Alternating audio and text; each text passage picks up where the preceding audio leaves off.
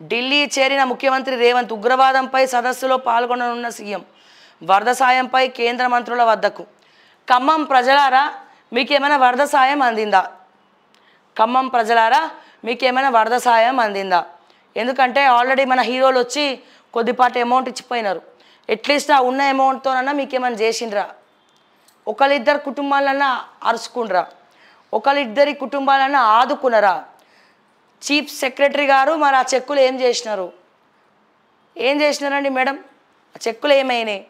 So ఒక 2 కుటుంబాలన్నా మరి మహేష్ బాబు గారు ఇస్తారు, హీరోలందరూ వరుస పెట్టి డొనేట్ చేస్తారు, అదానీ గ్రూప్ నుండి వచ్చింది, మిగతా వాళ్ళు కొంతమంది బిజినెస్ మ్యాన్లు వచ్చి ఇచ్చినారు, మరి బాలకృష్ణ గారు ఇచ్చినారు, చెక్ పంపించినారు వాళ్ళ అమ్మాయితో. ఇవన్నీ కూడా ఏం చేసినారు పైసలు అని అడుగుతున్నారు రేవంత్ రెడ్డి గారు. లెక్కలు చెప్పండి. మా ఖమ్మం ప్రజలకు వాళ్ళ ఆస్తులు కోల్పోయి ఉన్నారు, మరి వాళ్ళ కోసం మీరు చేసింది ఏంది? ఏం చేసినారు? చిలి గవర్నర్ దాంట్లోకి వెళ్ళి తీసి ఇచ్చినారా?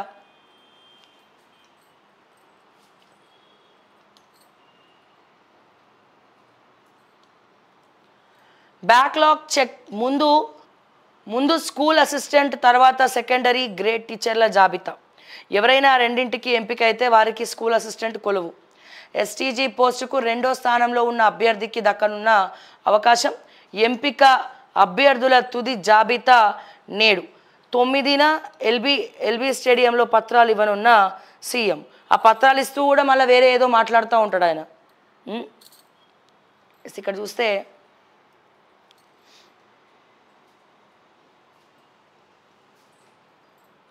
50% రైతులకు కూడా రుణమాఫీ కాలేదు. మాఫీపై తప్పుదారి పట్టిస్తున్నారు. సీఎం రేవంత్కు హరీష్ రావు లేఖ. యువత నిలదీయాలని పిలుపు.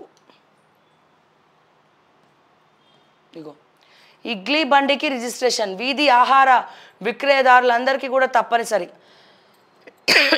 వ్యాపారులు ఎఫ్ఎస్ఎస్ చట్టంలోకి భోజన పదార్థాల శుచి శుభ్రతపై శిక్షణ. 100తో ధృవపత్రం. తొలుత హైదరాబాదులో, తర్వాత రాష్ట్రమంతటా 25,000 మందికి ప్రయోజనం. దేశంలోనే తొలిసారి ప్రభుత్వ కీలక నిర్ణయం.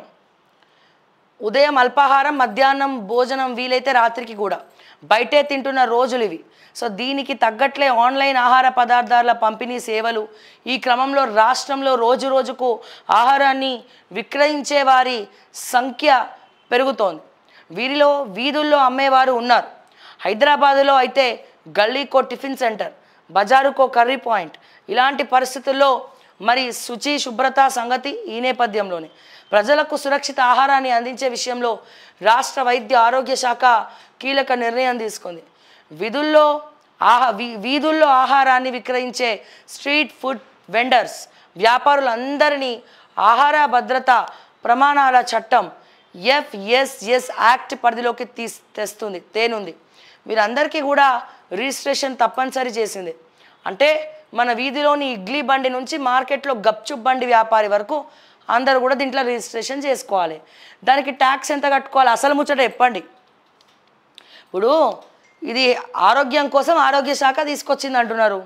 చిన్న వ్యాపారులు రోడ్డు మీద పెట్టుకునే వాళ్ళు రిజిస్ట్రేషన్ చేసుకున్న తర్వాత వాళ్ళు ట్యాక్స్ ఎంత కట్టాలి మీకు మున్సిపల్ అక్కడ బండి పెట్టుకున్నందుకు? అసలు కథ అది. గది కూడా చెప్పండి. చిన్న వ్యాపారులు, చిన్నపాటి వ్యాపారులు, రోడ్ల మీద ఇడ్లీలు అమ్ముకునేటోళ్ళు, రోడ్ల మీద పానీపూరి బండి పెట్టుకునేటోళ్ళు, రోడ్ల మీద కూరగాయల బండ్లు పెట్టుకునేటోళ్ళు, లేకపోతే ఇంకేదో పెట్టుకునేటోళ్ళు ఖచ్చితంగా రిజిస్ట్రేషన్ చేసుకోవాలి. రిజిస్ట్రేషన్ చేసుకున్న వాళ్ళంతా గవర్నమెంట్కి ఇంత ట్యాక్స్ స్వాహ అనాలి అని చెప్పండి. మెయిన్ పాయింట్ ట్యాక్స్ ఫ్రీయా వాళ్ళు, లేకపోతే ప్రభుత్వానికి అక్కడ పెడుతున్నట్టుకు ట్యాక్స్ కట్టాలనా? దాన్ని కూడా క్రిస్టల్ క్లియర్గా మెన్షన్ చేయండి. ఇగో మళ్ళీ విఆర్ఓల సేవలు. ప్రతి రెవెన్యూ గ్రామానికి ఓ అధికారి. కొత్త చట్టం రాకముందే పునరుద్ధరణ, దేశానికి రోల్ మోడల్గా రూపకల్పన. ఉద్యోగుల జాబ్ ఛార్జ్కు కమిటీ. 17 మంది అధికారులకు ఐఏఎస్ హోదా. స్పెషల్ గ్రేడ్ డిప్యూటీ కలెక్టర్లతో భేటీలో రెవెన్యూ మంత్రి పొంగులేటి వెల్లడి. మీ పైసలు పొంగులేటి గారు మీ ఇంట్లో పైసలు లెక్క పెట్టడానికి కూడా స్పెషల్ టీంని దింపినట్టున్నారు. సరిపోతలేరేమో మళ్ళీ ఈసారి ఇంకెక్కువ మంది వచ్చేటట్టున్నారు. మరి తర్వాత ఎక్కడ కూడా వార్తలు వస్తలేవు సార్. సెటిల్మెంట్లు అయిపోయినాయా? ఎన్నెన్ని కోట్లు ఇచ్చారు ఒక్కొక్కరికి? సార్ పొంగులేటి గారు ఎన్నెన్ని కోట్లు ఇచ్చిండ్రు ఒక్కొక్కరికి? గది కూడా చెప్పండి మరి, ఎన్నెన్ని కోట్లు ఇచ్చిండ్రు?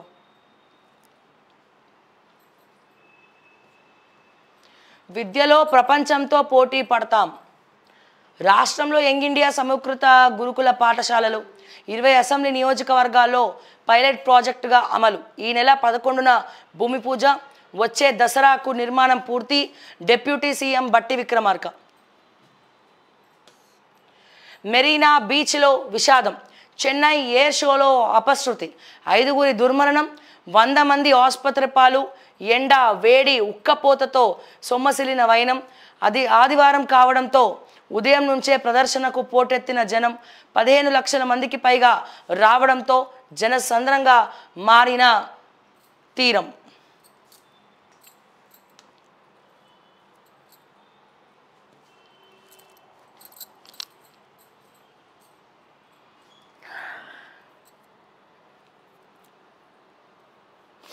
పల్లపు ప్రభాకర్ గారు, మాకు ఇంకా పెన్షన్ రాలేదమ్మా.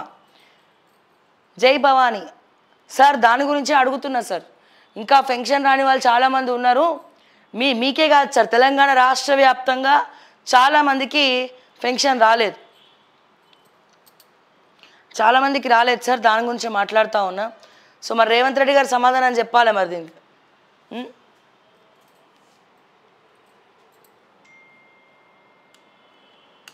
నెక్స్ట్ ఈనాడు విషయానికి వస్తే గనక, మూసి అభివృద్ధి ఆగదు, ఆ నది పేరు పిల్లలకు పెట్టుకునేలా ప్రక్షాళన చేస్తాం. కాళేశ్వరంపై 1,00,000 కోట్లు కుమ్మరించారు. మూసి నిర్వాసితులకు 10,000 కోట్లు ఇవ్వడానికి సహకరించరా? కేటీఆర్, హరీష్, ఈటల వారం రోజుల పాటు ఆ నదీ పరివాహకంలో ఉంటే జనం బాధలు తెలుస్తాయి. సీఎం రేవంత్ రెడ్డి ధ్వజం. 1635 మందికి ఉద్యోగ నియామక పత్రాల అందజేత. మీ వ్యాఖ్యలు వాస్తవ రుణమాఫీకి విరుద్ధం. రుణమాఫీని అమలు చేశాం. త్వరలో 2 లక్షల దాటిన వారికి ప్రధాని మోదీకి సీఎం రేవంత్ లేఖ. అవును, మూసి ప్రక్షాళన ఎవరు